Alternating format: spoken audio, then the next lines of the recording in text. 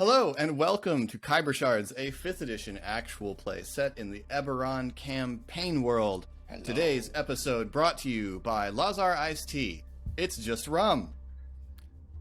Colin, what happened last time? We talked with Thora. We set up ground rules, objectives, goals, kind of established what it is that we're going to be trying to go for here as we begin the expansion and creation of our school and our purpose in Stormreach as a whole. And then Ezri was told he's going to get a greenhouse, and also don't lie to Thora because she knows.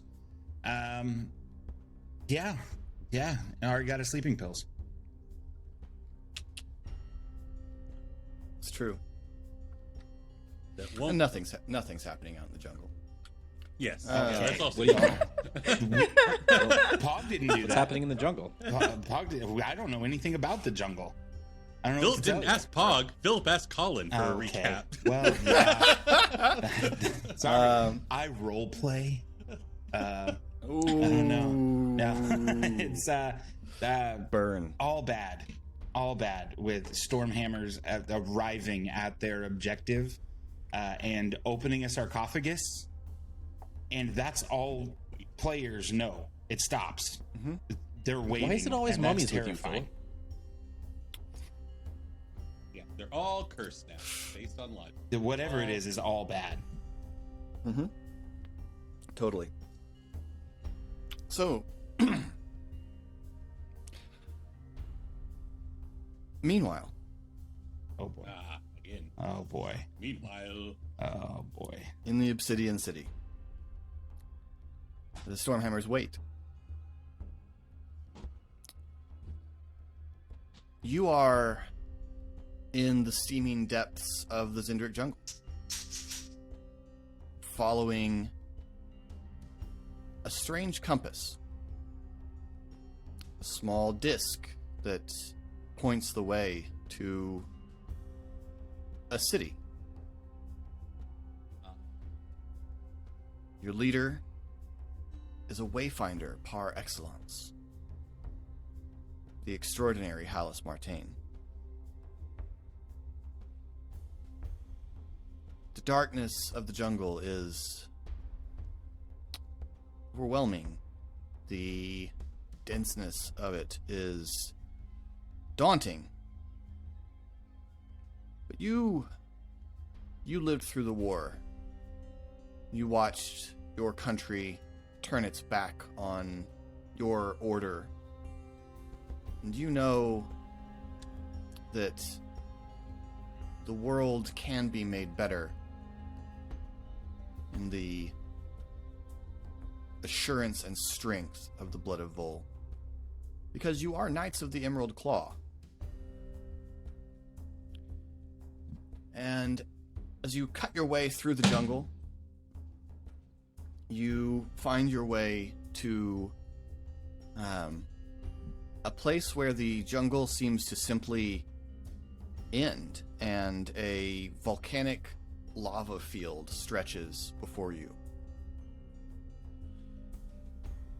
Eric, roll 4d4 and tell me how many 4s you get.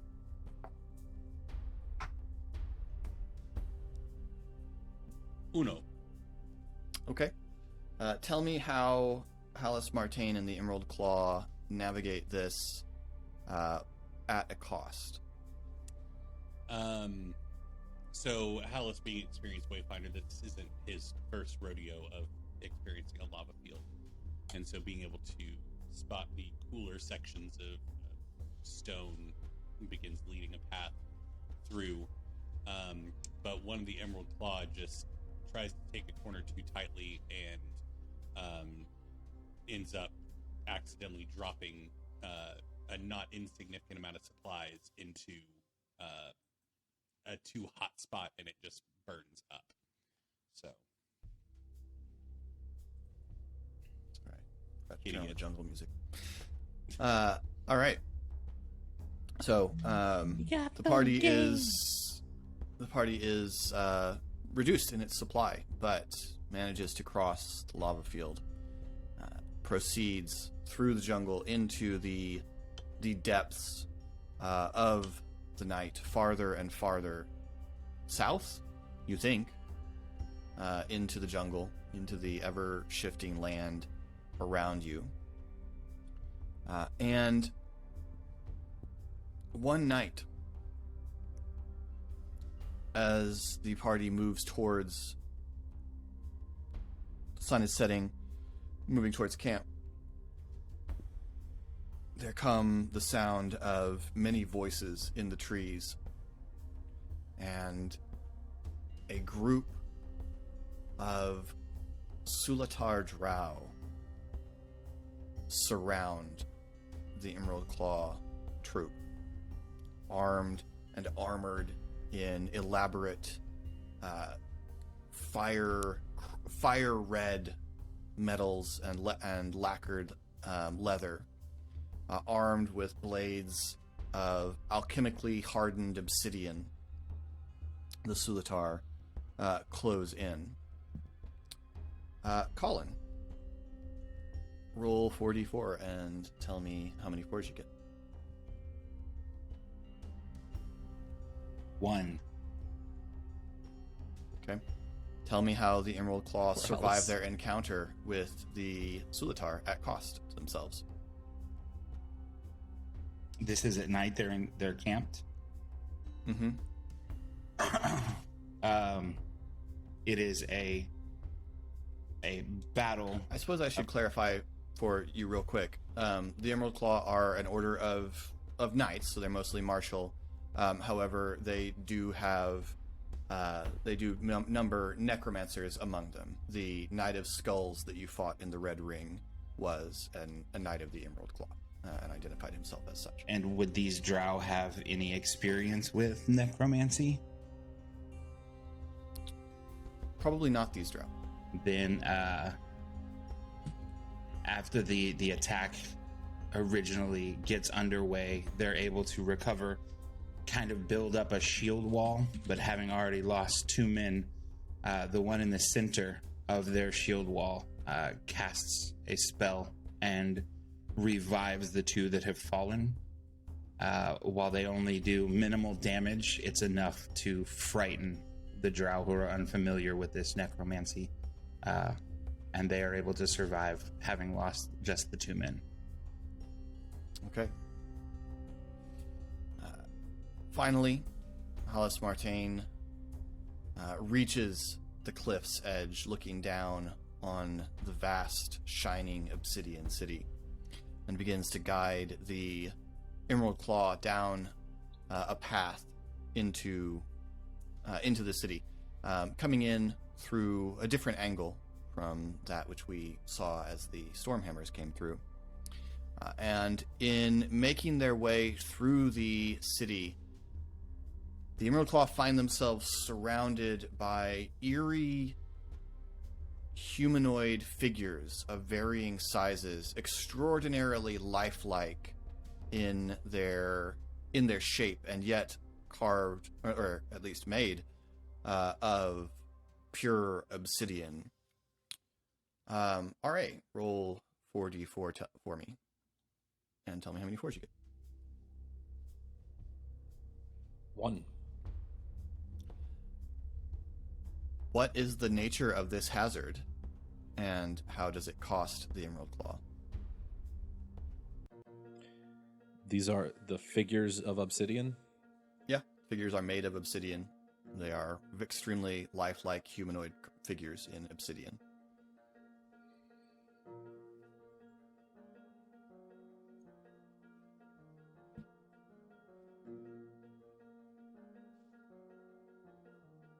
As they pass through the field of figures,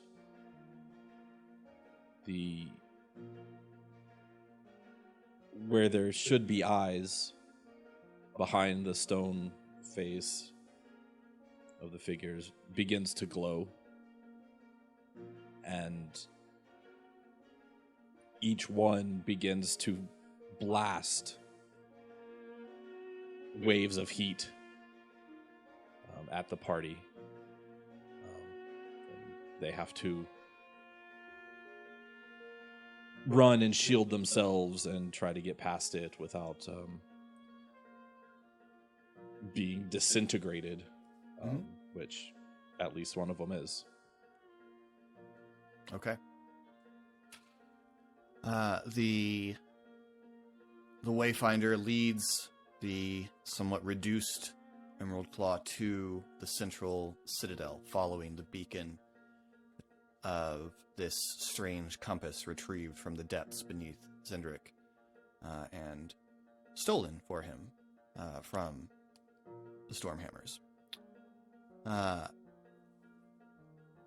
As they find the doors open, the pit trap disabled, and slip through and begin trying to make their way through the city. Casey, roll 4d4 for me and tell me how many 4s you get.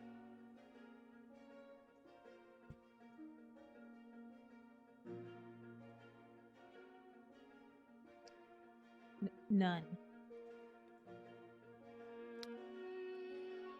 Tell me about the ambush that the Stormhammers have laid for the Emerald Claw.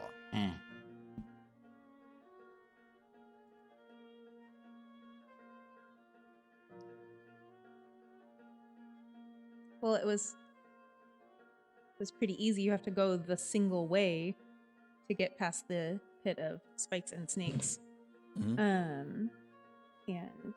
And so they set up a couple of Stormhammers to keep watch. There are... I'm very bad at this. There are large crevices in the walls that they're able to hide behind and flank the Emerald Claws as they pass by and attack them. The Emerald Claw force is decimated, and the survivors hauled into the chamber where Mirren waits before the open sarcophagus. Hallis is dragged in, and Mirren cocks her head and walks closer to him, and reaches down and grabs the collar of his tunic and jerks, tearing and revealing a purplish, spiraling, aberrant mark across Hallis's chest. And Mirren looks and says, "Well, aren't you lucky? Just needed one more." And she turns to Tommel and we're gonna say, just because we have accidentally created too many people whose name sounds exactly like this, the other Stormhammer that you all knew, whose nickname is Cal, their full name is Callan, and we're gonna call them that so that we don't have the Cal thing that's been going on. Cal. Turns to Tommel and Callan and says,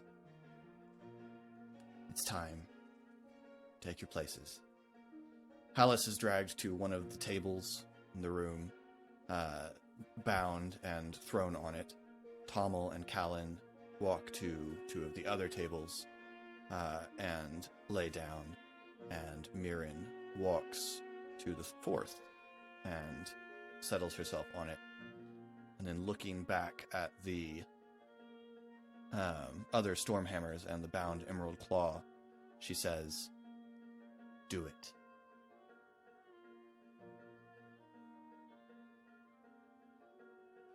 So back in Stormreach. Hi, Colin.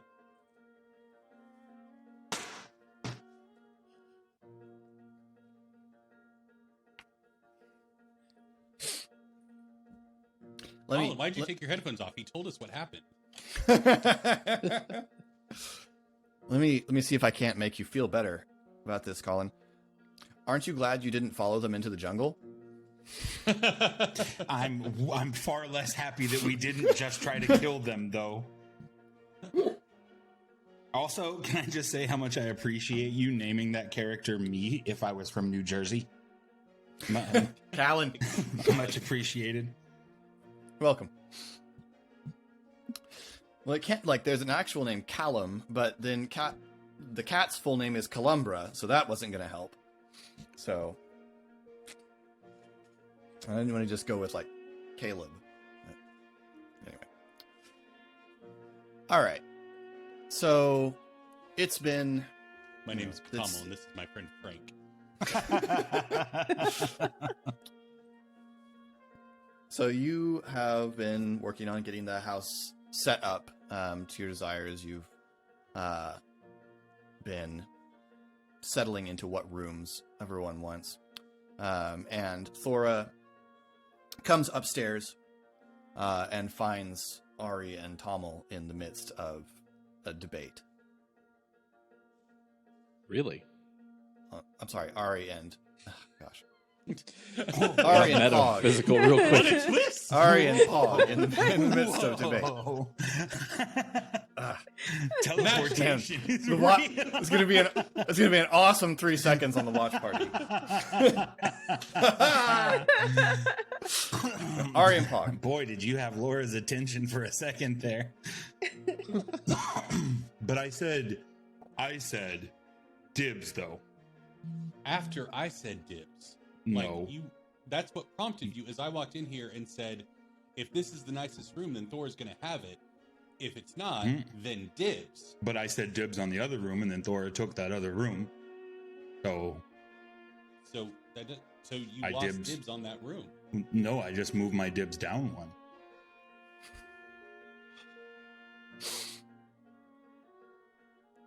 Whatever. Okay, cool. I'll take the other room that hasn't been occupied. Wait, does that mean you're across from me? Hey, I didn't want it either, buddy. But talk to Pog. He doesn't know what dibs are. Yes, he's across the hall from you. That's the other room. If it would help. Are you even gonna use the bathroom, Pog? Yes, Thora. Excuse me? If it would help, I'm sure that one of these small rooms that were guest rooms, several of them have bunk beds. I'm quite certain that I could fit 2 sets of bunk beds into a single room for you all to share, if that would solve the dispute here. Only 2 of them are having a dispute. I'm not having a dispute. He just said I could have the room. Well, you're all a team or you're not, so... I have relented. It's whatever. I'll take the other room. I have linted.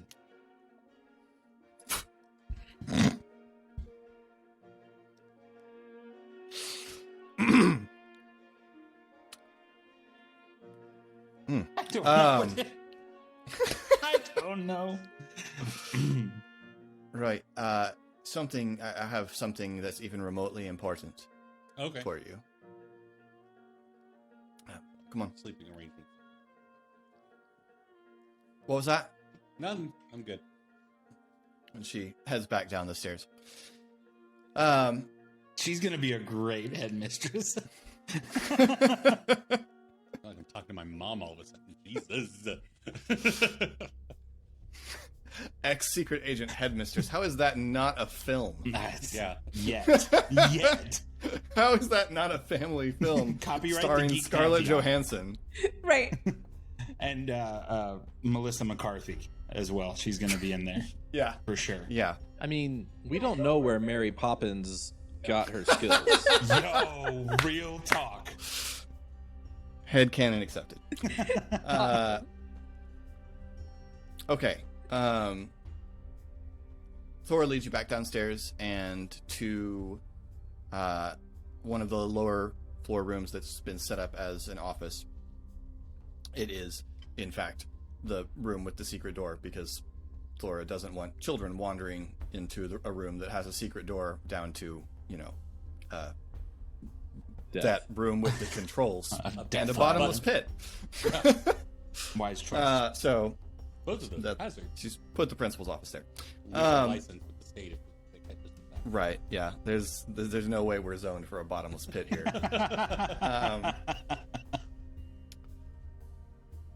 And in there is another person. Hello there.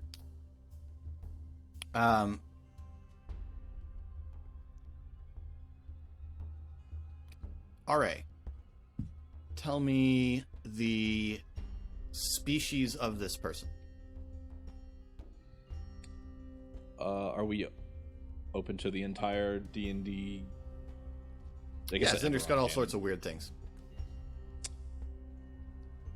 Don't think they would prefer to be called weird things. That's literally what Keith Baker says. Is if you got a player who wants to play a species that doesn't have a normal place in Eberron, they're from Zindric. Let's have a tiefling. Okay. Eric, is this tiefling apparently male or female? Female. Okay. Colin, describe the skin tone of this tiefling, since tieflings have a very wide array. Literally the rainbow. Yeah. I want to go with red. She's red skin. Is that classic? I don't know. You said all the colors of the rainbow. That's Red skin is intense as a new guy, so Mhm. I would pay great attention to someone with like fire red skin. All right. And Casey, describe how this person is dressed. She's in this just gorgeous dress robe. It's velvet with beautiful golden embroidery. It's a much deeper shade of red than she is, but with gold, just geometric patterns across it. She looks strangely informal in it, like this is her everyday wear, but it's just stunningly immaculate. In my notes, I'm going to write dressed fancy. Is that good? Nailed it. But I came up with the description. Yes, so, and it was great. know. Yes, well done. And yes, dressed fancy. It will be documented as fancy. Her fancy.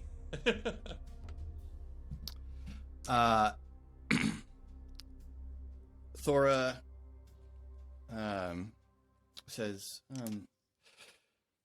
this is someone I've brought in to do some consulting for us and to help us in some of our endeavors. This is Natalia, and the tiefling looks, and you can call me Nat if you like. Nice to meet you, Nat. I'm Ari. Ari. Hi, Nat. I'm Pog. Pog. I guess that's where the introductions are going to end. And that's Esri, and that's Shade, says Thora.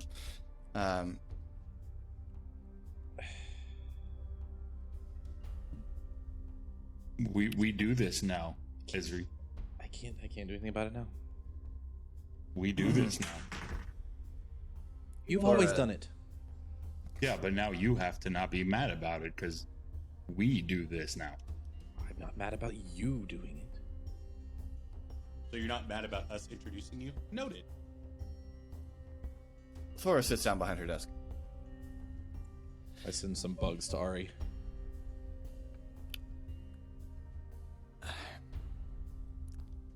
We're a work in progress, she says, looking over at Natalia. Mm-hmm. Natalia here is an old contact of mine. She has a good ear for what's going on in the city. So I've engaged her services to keep us informed of what other groups within the city are up to. She's She'll be working with us, keeping us up to date, as it were. Great. Not exactly inconspicuous, is she? That's rude. Natalia smiles and says, "Do you know, people talk very freely around people who can look like they belong somewhere. And when I come to a meeting with folk that I am in business with, I dress for business." I didn't realize. I just woke up. Yes. I have the one out. Yeah, we don't have so many clothes. Yeah, well. You look nice, though. Not fishing, but thank you. Yes, I appreciate it. It's nice to be noted. I'm told that you're looking for a way to make an introduction. And I think I have a good notion on how you can make a good introduction. Okay. Smuggling's just a reality here. It's a city founded by pirates, and one of the Stormlord's family are notorious for smuggling. But there's a way you do it. And that way involves the Stormlords and the right people getting a cut. It's officially illegal, but as long as you're giving the cut to the right people, then it doesn't really matter that it's officially illegal. I happen to know of a shipment that's coming into the city up the river from the interior. And I happen to know that a cut has been given to the wrong people. Some low-ranking officers in the guard have taken a bribe to allow the shipment in without anyone higher up the chain needing to hear about it or get their cut. So, no Stormlords have been paid, no faction leaders, just a couple of low-level officers in the watch. So that is to say, the only people who will be irritated are the smugglers and possibly some members of the watch. Although they've already been paid, so they might not care in any case. I don't know what's on the shipment precisely, but I know that it has some of the people who are awaiting it nervous. Who's waiting for it? It's bound for the Black Freighter in Grindstone. So, presumably, the Emerald Claw.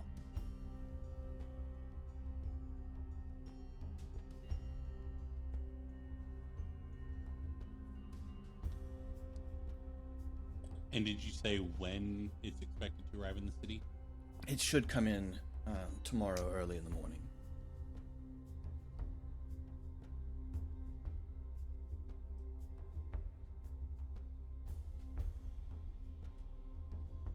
Okay. So are we just to stop the smuggling? Right, that is my thought, is to begin with something simple and see that you intercept this shipment before it makes its way to Grindstone. And that seems... if you can do it in a way that's not going to overtly endanger the public. But be seen. Right. Or at least the aftermath is evident. The apprehended smugglers delivered to the correct authorities would be viable. And probably, if you can, try not to kill anyone. I like that. Bodies on the ground is not exactly the introduction that we would make. I'm not saying don't defend yourselves. Obviously defend yourselves, but if you can avoid leaving behind any corpses. And the solution to that is not to take the corpse with you. It would be harder to make that as a good introduction if it's just that the smugglers just vanish. I'm with you. I just Right. some things need to be stated sometimes. So, No, I needed that explanation. I mean, if we happen to kill somebody, we should probably take the corpse away, right? I can burn it, then we Yes, won't have to carry it. I would say if you're forced to kill someone, don't leave bodies lying around to terrify civilians. And it's okay to kill them if they try to kill us first. If you Right? have to kill them, you can kill them. If you can deal with that problem without killing them, that would be ideal. like we did cleaning the house, we didn't have to kill anybody. We did things. We knocked that guy out, and then you all tied him up. We killed the ghosty creature. Well, yeah, that. Right, yeah, if you're attacked by something that can be reasonably described as, an unthinking monster of some variety, then by all means. Destroying monsters would be great, frankly. I kind of hope there's a monster that, yeah. Right. So, logistics going out in the field. Something I guess we kind of danced around before starting this whole thing with you, Thora, but would there be any... Obviously, starting out, we are in a certain amount of danger from the houses being known entities operating out there. Would it benefit at all for us to, in kind of an iconic way, mask our identities in any way? Like the White Raven. Like, nobody knows who the White Raven is, but you know it's the White Raven, if that makes sense. Would there be any benefit in that, or do you think seeing our faces and having the human, well, the personhood touch to it be beneficial? I don't think masking the fact that you're people is a good idea. Okay.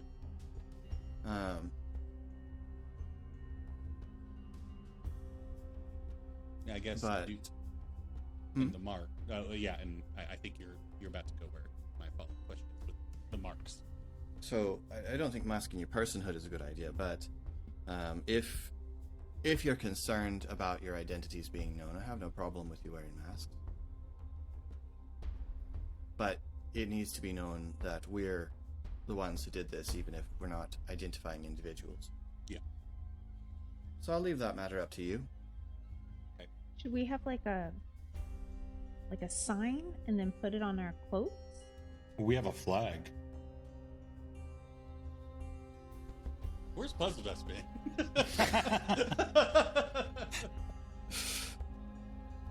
Yeah, people are going to be mad there wasn't any puzzle dust in the last episode. Fix that now. he's- Hello. He's definitely around. You rang? I think I've reached an accord that he more or less doesn't come into my office when I have meetings. Fair. Sorry. Although he can go under. Right. Anyway.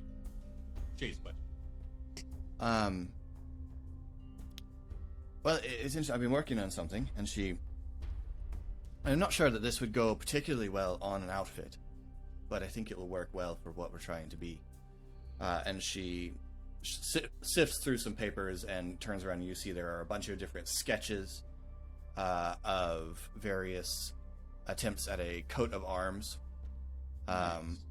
All of them feature the coiled form of the sleeping dragon that is in the lobby and on the doors. Excellent. And have in various writings House Tarkanan. And I was thinking, and some of the formality creeps out of her here. I was thinking, you see, when I founded this before, I wasn't in the meeting where they picked Crest, and they are still using it, the children of Khyber. They went with a beholder. Why? Gross. I mean, still, well, that's good.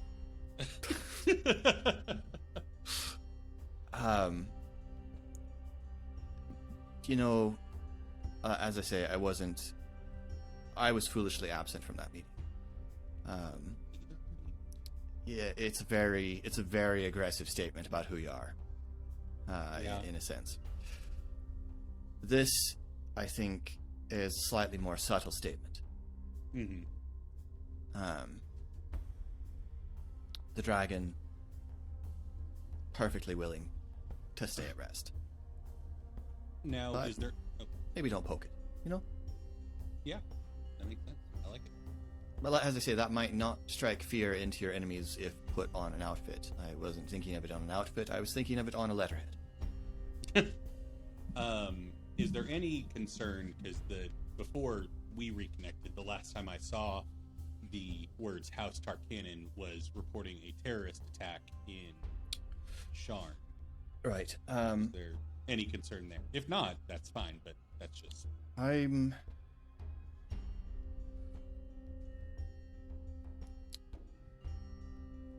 want them to recognize who we are. I want to retake that name. Okay. I think it's a bad idea for the school. Yeah. I'm thinking Grimalkin Academy for the school. But for the overall organization that we're creating, I'm looking at House Tarkanan.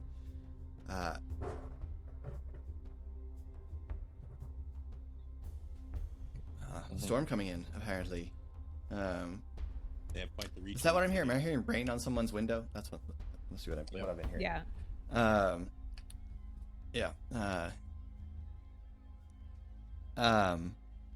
Sorry, that startled me out of character. So as far as the outfits, I'm content to allow you to go in a direction of your choosing with that. But I don't know if we can get something together before tomorrow. You said that they should know who does it so that we can have people like us. I just don't know how we tell people. We could have your welcome card with the House Tarkanan letterhead on it. I'll be honest with you, Shade, something about me finds that idea deeply charming. Because then they would know. Yeah. You're not wrong. It's not a bad idea. Just a little note on the end, courtesy of House Tarkanan. That's Good idea, Shade. that's not. I mean, I'm honest. I'll be real honest. That would never have occurred to me, but it's not a bad idea. Good job, Shade. Thank you. Nat, do you have any other info for us about the smuggling gig? My understanding. That's Thor's voice. My understanding is that the smugglers are just petty thieves. They may not themselves know. As far as I know, they are being paid to carry this. I don't know if they know everything about what's on it, but they'll almost certainly resist if you try to board the ship. I would recommend intercepting it before it reaches Grindstone, because if it reaches Grindstone, you'll probably have the claw to deal with. All right. Well, Let's go stop the smuggles. nailed it. All right. So, here's how some of this is going to work. You've been training a little bit with Thora, so a couple of things that I will be introduced here. One, you are now a part of an organization, House Tarkanan, and that organization, as you guys picked off screen, has now an expert working for it in Natalia, who is an intelligence expert. She's someone that you as players can assign tasks to for finding out stuff going on in the city. Once per session, I will also let you just cash her in, sort of, to ask me a question about something that's going on in the city, and within certain reasonable narrative limits, I'll tell you. She's extremely well informed. The other thing is, because you've been resuming your small unit combat training with Thora, I'm going to introduce something and hope I won't regret it. I think you know the We'll answer. try our best. Challenge accepted. You all, when you are fighting together, you have the ability to now push as a reaction and take a joint action with someone. Okay. You may make combo moves, is what I'm saying. Rad. So, it's not your turn. You can use the push mechanic, take the damage, spend your reaction for the round, and declare some ability of yours that you are combining with whatever action is being taken by the currently active player. Okay. And I'm assuming if it's like the effect of a spell, we would use that spell slot. Yeah. Yeah. But you are invited to be creative here. And it will. That's really cool. The goal here is that it should enhance whatever the action is of the active player. So it's not just. And I also stabbed them. Yeah. So this is So that's available to use Creatively. in this I mission. stab them creatively. I push the dagger in harder. Yeah. All right. So Thora leaves you to make what preparations you want. So what would you like to do or discuss or plan in preparation to this? There's no need to overplan it. You can just, say we're going. But Philip begs. Yeah. Well, it's coming in from the docks, and we want to stop it in cross, right? So we need to let it get off the boat. And well, it's not coming in from the docks. It's coming in from from the river. So it's coming in off the opposite side. It's coming in from the jungle. And coming in down the Kanaru River. And it'll go along the western side of the city, which, if you're looking at our map of the city, the top side of the city, down towards Grindstone, which is in Southwatch near the tents of Rushimi. So there's a good length of the river that runs through the city that you can intercept it with, and you don't have to pick like a spot on the map, unless you have a particular reason to. But how wide, like where we're seeing the river up here in the top of the city near the Temple District and Old Gate? How wide is the river at those points? Would you say? The main flow before it branches is quite wide. Is probably 100 feet or more. But as it goes through the city, it varies. Probably at its narrowest point, the river is not more than 15-20 feet across. Okay. It widens out to places to where it might be 40 or 50, but there are plenty of places where it is very narrow. right there by Summerfield, it looks like there's a bridge at a really narrow point.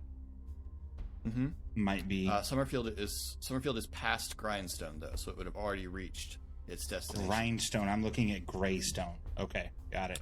Oh yeah, Up by Old Gate. Okay, my fault. That's why I thought it was crossing where it was. Okay. The Black Freighter, which you know to be its destination, is item number 29 on the map, if that's helpful. Okay. Well, there's also a really narrow Are any of bridge you right above it. Are any of you particularly good at boating? I had to ride on boats. We would encounter rivers and things like that, and need to be able to navigate them. But I was never the captain. I know what they are. I was on it the one time and I hated it. I did not have a good time on that trip either, for different reasons than Shane. But Not sure if we should be plotting to stop the boat before it gets where it's going. I had a thought on that we could try. I hear you, but we could, given that it's not terribly wide, we could. We used to do this when we wanted to stop our boats in a river, but didn't want to deal with an anchor because anchors can take time to pull up, and sometimes you need to get gone. We could take chain and run it just under the surface of the water, just anchor it on either side so that they won't see it, but they'll get stuck on it, and then in the confusion we could pounce as they try to investigate why they all of a sudden stopped. And if we anchor it well enough, they won't be able to do anything until they unanchor the chain. So that was my thought initially on how to stop the boat in a way that wouldn't require any of us to actively do anything until the boat stopped. I like it. That sounds good. Is do you think Salarka's available? I'm going to need chain and hammers, and someone very large would be useful. And she's gonna break up with Pog if we do another gig without her. So Yeah, I well, can it can't sure be a find perfect out. plan. I can sure find out too. She's family. We're friends too.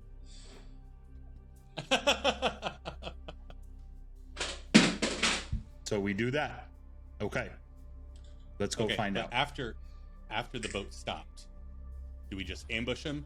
Try to knock them all out? What? Yeah, we could jump off the bridge and then from the sides So and take over the boat. So if there are a lot of them, then yeah, I think taking over the boat is the plan.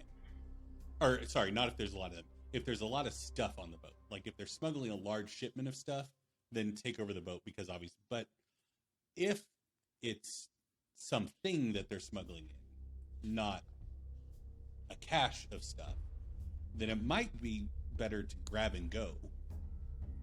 But we want to make a statement. We have to let everybody know it was us doing good things. Yeah, that's fair. We're supposed to have them arrested somehow. Yeah, we have to get some of them.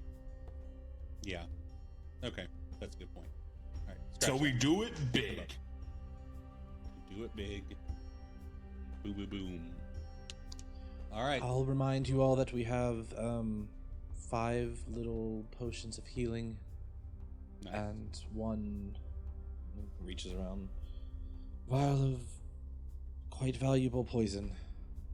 It's got Tommel's name on it, but it's not necessarily fatal. So if we Did you need it- label that so we don't get it confused with the healing potion? It looks nothing. They're not even. Tommel's name is on it. It's not It's actually labeled. Oh, I this is won't get Tommel's them healing confused. potion. I promise. I won't drink that. Okay. No, I think we go get Jane from Salarka and see if she can assist us in anchoring it, and then Ari We strongly respects labeled food in the fridge. yes, Best office mate ever. grew up in a communal community where you have to respect things like dibs, Pog. That's what I'm saying.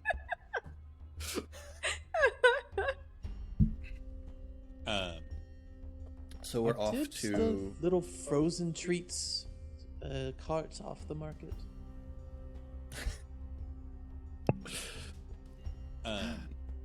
So we're off to Black Iron. Yeah. Seems so. Makes sense. Cool. All right. So setting off. On the way, real quick. Yeah, by all means. Just want to say, am I reading the room wrong, or are all of you a little more gung-ho about all this than expected? well, a group of the most powerful people in the city got together and then tried to sell us to someone. So I am very gung-ho about making powerful friends, gaining power. Power. Yeah, I that's what Kira said was the answer. I am pretty on board to things that stop people from discussing my fate, regardless of me being there. I just feel like I need to remind everyone that we are now being sent on errands Missions. by someone who has a direct connection with the Stormlords. Yeah. I'm gung-ho about it because if we can be the good guys, then people will stop thinking of us like the bad guys. Yeah, I'm gung-ho because this has kind of been what I've wanted to do for, like, yeah, establish ourselves as a force for good in the city to destigmatize who we are as people. As, I mean, yeah, I'm good. Those sound like really nice reasons. What's your trip? We need to be conscious of all this. Don't get knocked out. Hey, listen, rude. Sorry, I'm sorry. I'm not saying we don't do it. I'm here. I'm doing it. But we need to pay attention to what they have us doing. We need to know what's on this boat and who's going to end up with it. If we're successful, we're going to ruin some lives tonight. Yeah. And if that's not for a reason that would hurt the community, then we really need to know why. So you're saying we need to look at the smuggles before we give it up? Because I thought we would already do that. Mm-hmm. Well, Just want to make sure we're not blind at any point. question, Philip. Would we know that, like, Emerald Claw is, like, a radical militarized organization? Like, Yeah. okay. I mean, Emerald Claw are the ones who want this, so probably not much good for the community could come from it. But, I mean, I feel compelled to remind everyone, like, we are being sent to do this job by somebody who can remove the support that she is affording us anytime she wants. So, I don't feel like it's up to us if we decide, oh, it's not that bad, we won't mess with them. Like, that's not our call at this point. Like, I know that Thora said she works with us, but it's her boat. But doing her bidding is our call. And we lose. We then end up back in a room with the Stormlords with our fate being decided. Not immediately, but our circumstances go back to a bad situation. Yeah. So yeah, we could walk away at any time, but we're walking away from a support system and the chance to start something that's good. Now, yeah, if she would have said, go out and kill all of the people, then I would have given some pushback. I don't know if you all would She's have, far too clever for that. She's too clever for us. That's fine. That's her. She's a spy. She's supposed to be clever. We're soldiers. We're supposed to follow orders. Like, I'm not saying blind, but we stop this smuggling gig. We get them arrested. And then we move forward. That's the gig. In exchange for, right now, room and board. And Yeah, training. Cal. And training. So that's my thoughts on it. So But if anybody wants to walk away at any time, that's, yeah, obviously your prerogative.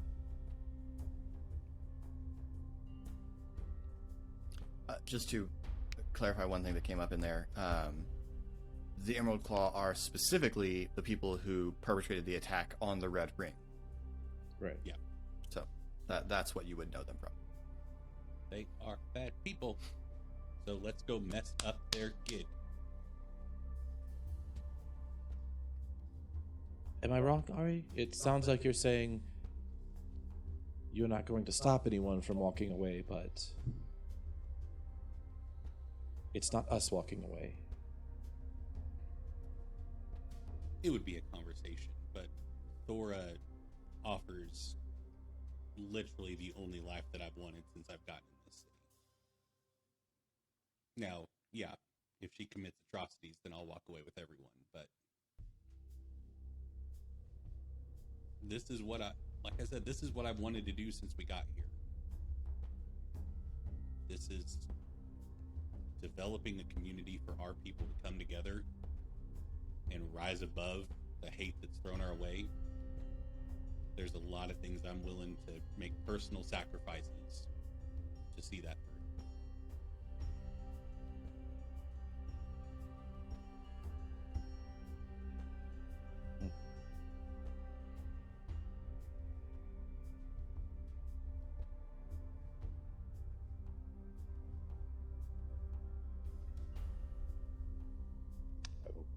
Walk the rest of the way in silence. Okay. You cross the marketplace and arrive at Black Iron a little bit later. It is afternoon. Just declare it afternoon. Hular and the rest of the family are all there working. Ari greets Hular and Giant. Hular smiles, walks over, gives you a good solid pat on the front of your chest, where it's still probably a little tender. Big meaty hand, yeah. Mm-hmm. Yeah. How's business? It's good. Can't complain. Is well, good workmanship always finds demand. Good. Would you happen to have? Hello, Mr. Hular. Would you happen to have roughly about 30 feet of chain that we could buy off you? Yes, of course. Great. It's not normally what we do, or what we sell, but yes, we have chain. Figure if I'm going to buy chain, might as well come to you. No, I appreciate that. Market price is 15 gold. What? Oh, you're right. Yep. You found it before I did. What does chain I cost? looked up how much chain cost before I proposed the chain plan to Ah. make sure that we wouldn't run into a bind. This is so. learning from the loot situation. Yes. Like, oh, I have this idea. How much? Okay, Yeah. I can afford that. Yeah, it is 15. Yes, that is accurate. Well done. Good for you. Hular walks over, and sorry, that came off as sarcastic. I was Yeah, it very much did. I didn't mean it that way. I was Good for you. I was calculating things in my head. Yeah. Hular walks over to a big spool of chain and begins calculating out the footage of it on his arm. And when he gets to the end, it's normal sized chain in his big old Goliath hands, so it looks fairly spindly in his grasp. And he just sort of lifts it up so that the chain catches on a little spike, and then reaches to grab the upper end of what essentially looks like a pair of jaws, and he just slams it down and shears off a link, tosses the half link away, and walks over and hands you a coil of 30 foot of chain. Hog, would you be so kind? Yeah. I literally am not capable of. Yeah, thank you.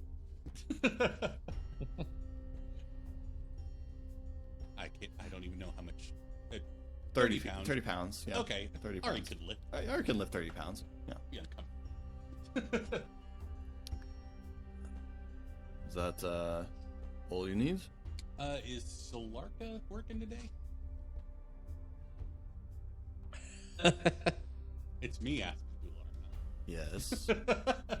Hog kicks the We ground. need some spikes too. I'm sorry. What did you say, Ari? We need some spikes too. Yes. He walks over. You can see that Solarka is here. She's over a little ways down the shop. She walks up. Ari, Hog, Shade, Esri, how are you? Cal. She leans down and pets Cal. Hog.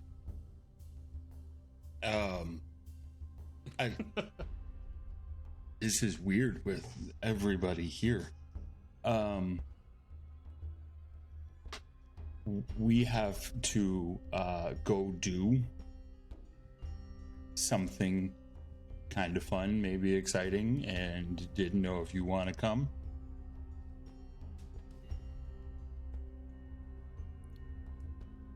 Should I come armed? No, Yeah. I am getting mixed messages. You do want to bring a hammer yeah, and then anything else. hammer you would want, be good. Big hammer. but also armed. Yeah. It's early tomorrow morning. Yes. Right. All right. I'll meet you here very early tomorrow morning. Over by the fountain. Where Pog Pot Colos. I remember that. Beat up Colos. Am I right? You have got to stop saying that. You really do. Colos Crusher. Colos Crusher. Hular comes back with a... Ari lifts up the thought he's wearing. And he has Hular was still right there. I'm Hular- sorry. Colos Crusher. Hular I went comes to get the back with spikes. some spikes and passes them over and stands there. Was there Thanks, anything Hular. else? I think we're good. I think we're good. Good to see you, Solarka. And yeah, thank you, Hular. Appreciate it. Mr. Hular? Solarka steps over and takes a hold of Pog's hand and leans over and kisses him on the cheek. And then just sort of stands up very tall, probably about... we've never really established it, but Solarka's probably a head taller than Pog. Yeah. Because she's over 7 feet.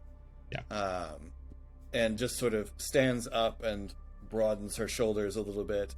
And there's this very intense staring back and forth between Solarka and Hular for what feels like a very long few seconds.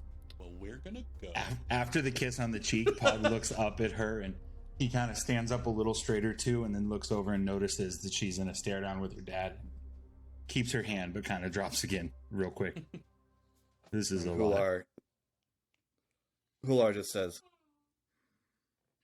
Pog, and turns and walks back into the blacksmith shop. Bye, Mr. Hular, sir.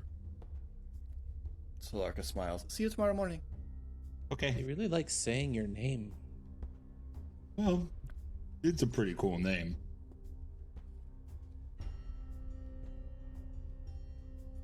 Yeah. All right. Break Leaving. till the morning. I really don't think we should involve her in any fighting. She will be so mad if we fight more without her. I don't think we should involve her, but if it happens, even if we don't want it to, she should be ready. if we're taking her, she should be ready to be safe.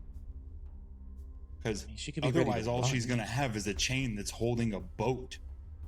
So she can't use that to defend herself. If she's going to go, she should go ready. Agree.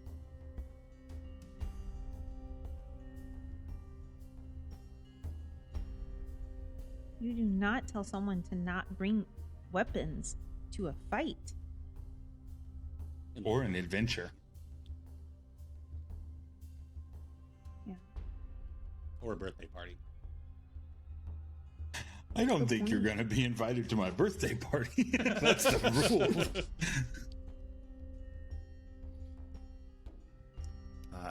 Any other business or preparations tonight, or cut to the morning?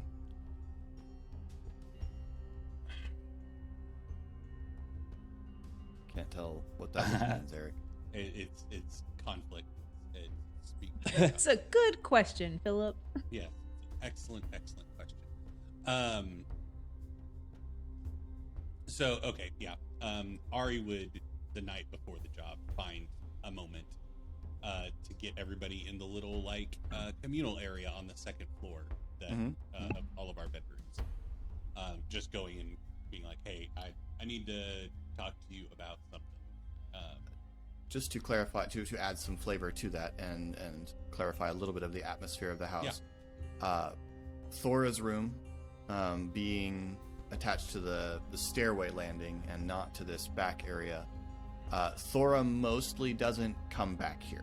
Okay. Occasionally when she needs to talk to you, but she kind of allows you all this back half of the second floor as your space. Okay. Cool. Have we got furnishings at this point? Like, is there? Yeah. There's. I mean, there were furnishings here. I'm assuming there's probably been some rearrangement, but yeah, there's couches and stuff. So Ari walks over to the table where he has a bottle of Lazar iced tea prepared and pours some into a cup. And he just, I'm assuming all of you would have come at Ari's request. I don't want to speak for your characters, but Ari looks at all you said. So, yeah, and he downs his cup. There's something that now that we're getting into the business of spreading the word of us and this and this isn't about your drinking. why would I talk about my drinking? It's just, I get thirsty. What do you do when you get thirsty? Anyway. Puzzle Dust is lying on his back on the mantle with his head draped down, just watching. Hey, buddy. So hello. You remember when we met Puzzle Dust, and he remarked that something about my capacity to be remembered being not great, and that wasn't an indictment. He said everybody forgets you. Yes, and that, believe it or not, is not an indictment on my personality.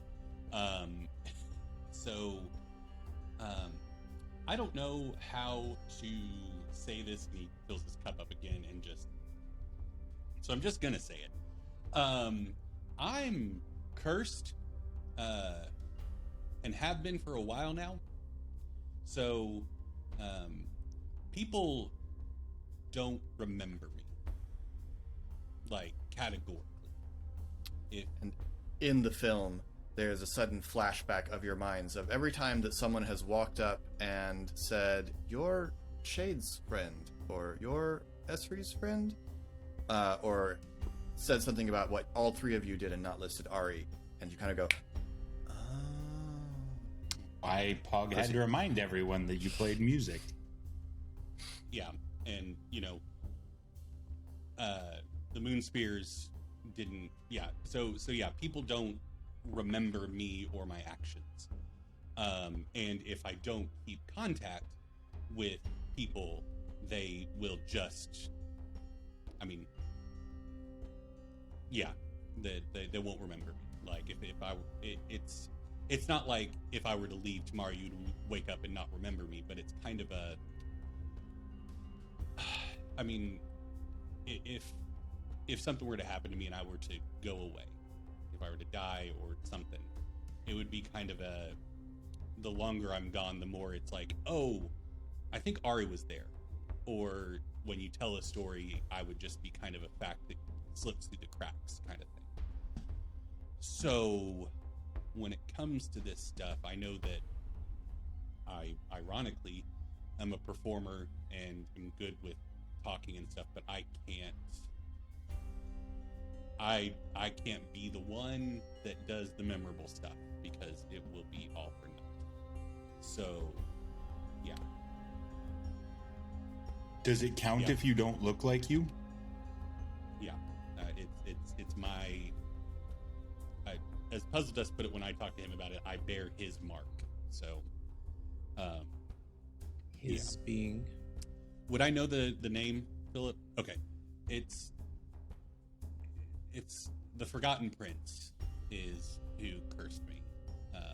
He's an archfey that I made angry when I was younger, and so basically I took credit for doing things that I hadn't done because I was a child, and that's sometimes something that kids do, and I did it to him, and he cursed me to where my actions and just basically when I die, there will hit a point where regardless of what I've done, it will never be remembered. So that's my deal. So if you all need to basically do the memorable stuff, I'll be there in support, but whatever I do won't go, it will go noticed in the moment, like people are like, hey, that guy's doing crazy stuff, but the next day they'll wake up and so isn't that kind of perfect for when we like face people that we don't want them to remember us, like the Emerald Claws or the smugglers we're stealing from? There are certain situations where yes, this would be beneficial. Having it be my whole life is kind of a bummer. So it's, I guess, double-edged sword. Those are the best kind. Yeah, I don't like swords with one edge. Yeah, it just... They tend to be stronger.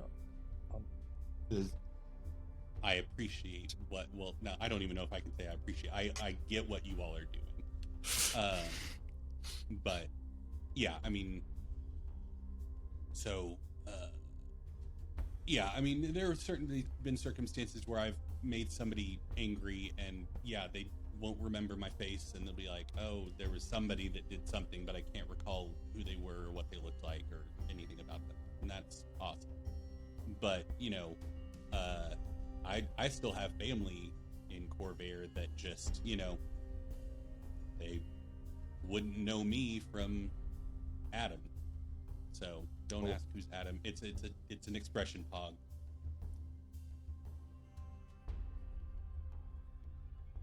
I don't know who Adam is. It's really good. I was right there too. I was right there.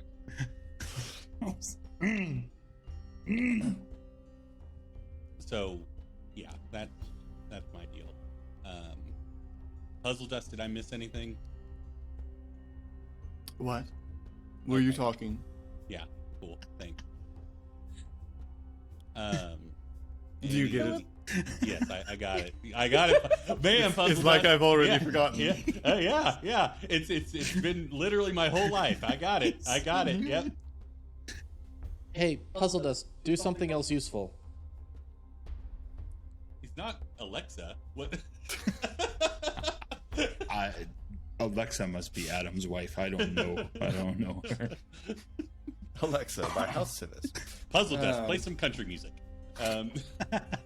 Can I change her name to Puzzle Dust? I'm asking Alexa as soon as we're done here. I swear to God. We're still going to be on this video call. I'm asking.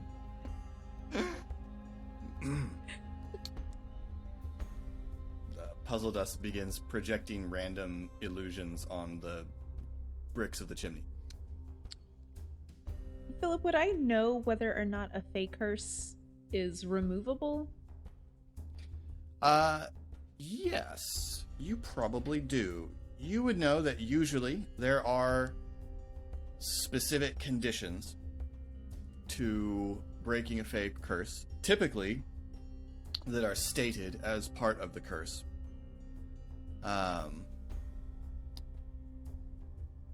But in general, it amounts usually to, okay. Easy thing that will be a perfectly good touch point for everyone. Beauty and the Beast. Beast wrongs an archfey, is cursed, and there's a condition that he must meet in order to break the curse and prove his character change to the archfey, and then be allowed to be traditionally beautiful again. And He's so handsome. Yeah. So yes, fake curses can be broken.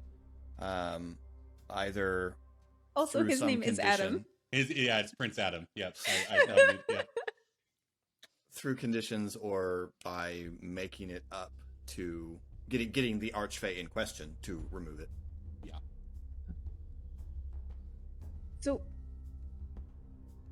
Ari, if you don't want to be forgettable, I mean, because there's advantages to that.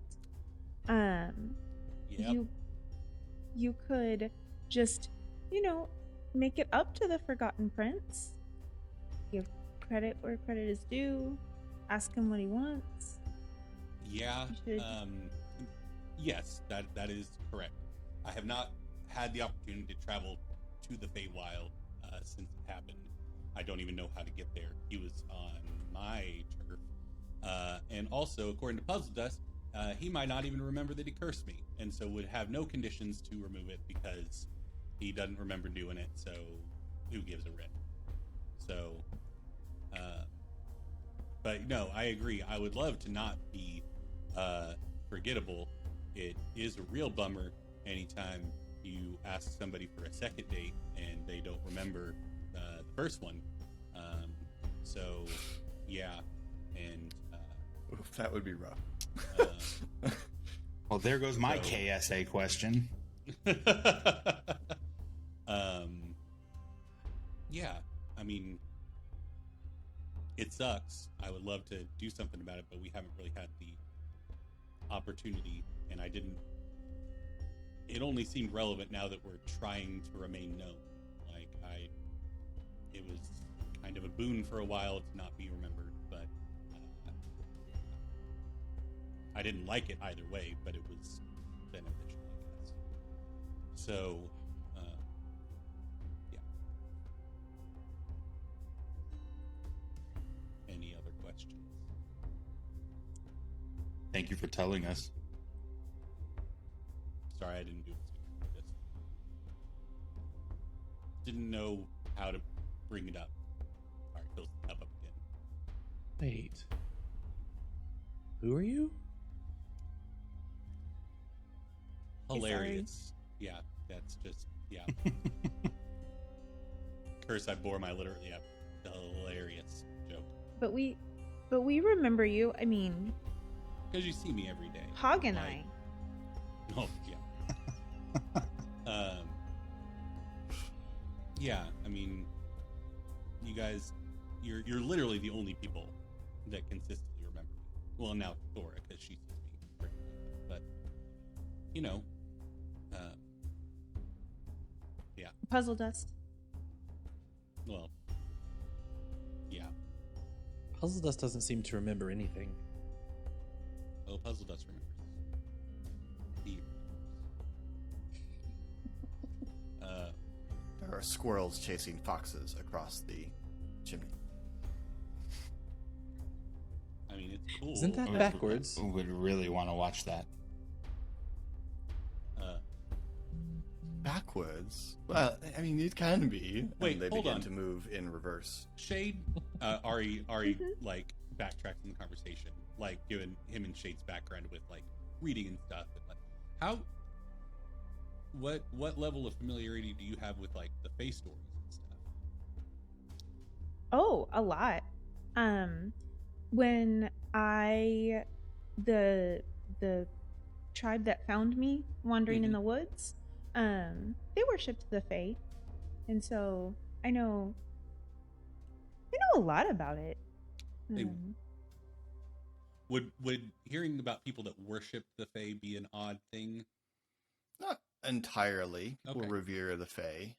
Yeah, and maybe using the word worship that may have stronger connotations than what I meant as well. Sorry about that. Oh, you're good. They Revered. Yeah, Interesting. because it's not served, but they revered. Okay, interesting.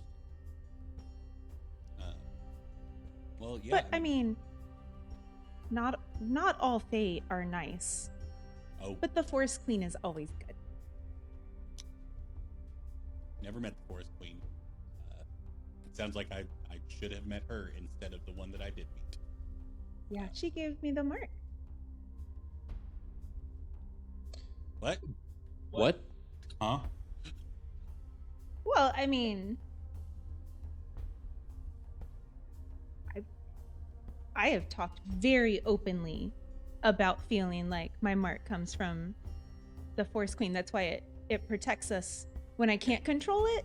It's still But you like before you said you felt like it was a gift from the Forest Queen, and now you literally just said she. Dragon Have you- marks don't come from. Have you met Other- the Forest Queen? What are you No. talking about? I have not. So you don't. Okay. You know how you believe something is true and say it is true? Okay. This is Yeah. Okay. Okay. I'm with you now. Okay. Sorry. Yeah. Okay. All right. Pours another cup.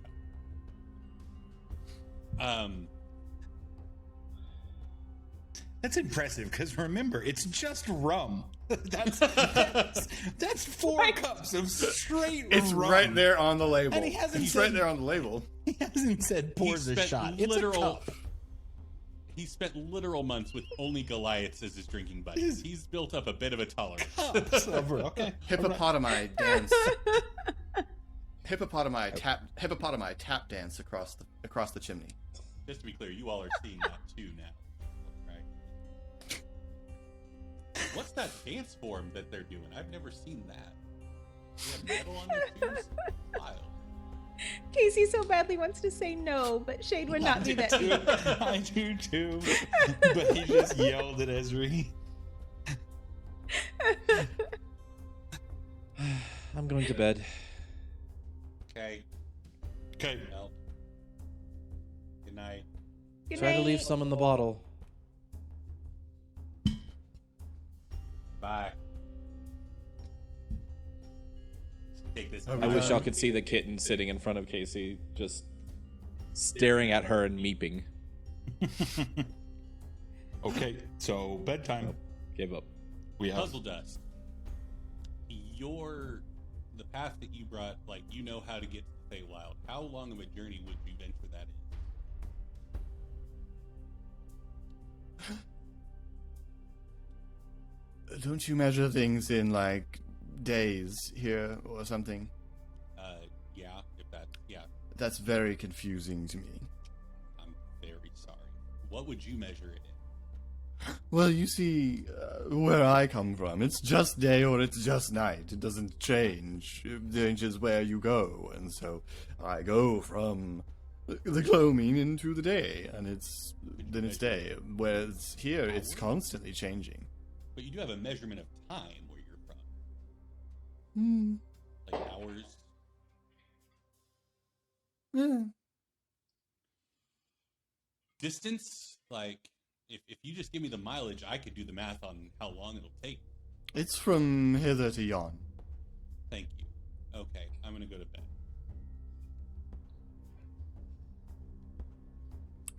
Puzzle Dust is left alone in the room with illusory dancing hippopotami arcing across the room. And that's Excellent where... band name. Excellent. Illusory dancing hippopotami. IDH.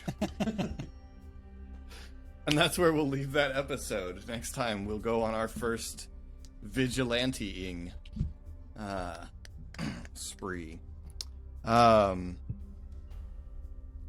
you so much for... You're welcome. This was cool. I was like gonna cut this episode off, and then you guys started just like dropping bombs. I'm like, oh, I'm just gonna enjoy being audience on this one. So What's that funny rocked. is when we started, I was like, man, Philip's doing so much talking right now. This has got to be exhausting. Then at the end, I literally just saw you facial reacting. Like, this story tells itself sometimes. Collaboration. Love it. Love it. Me too. Thank you to all of our viewers as well. And if you would like to help support us and get word out about our show, you can hit any of the buttons down below. You can give us a comment down in the comments. Let us know what you think and what you think of the incredible little honesty bomb that Ari dropped on us all there, revealing his deep, dark secret. Mwahaha. Yes. You will also find down in the description links to all of our social media, including our Discord. It's a great place to get in touch with the cast, and also you can submit questions there for our Friday KSAs, where we answer questions about the show. You can also submit those in comments. And lastly, you will find a link to Colin's Twitch, where he is sorry BTR, the O is a 0, and you can see him streaming on Tuesdays and other times less regularly. Anyway, I think that's everything. This has been Khyber Shards. Thanks for rolling with us.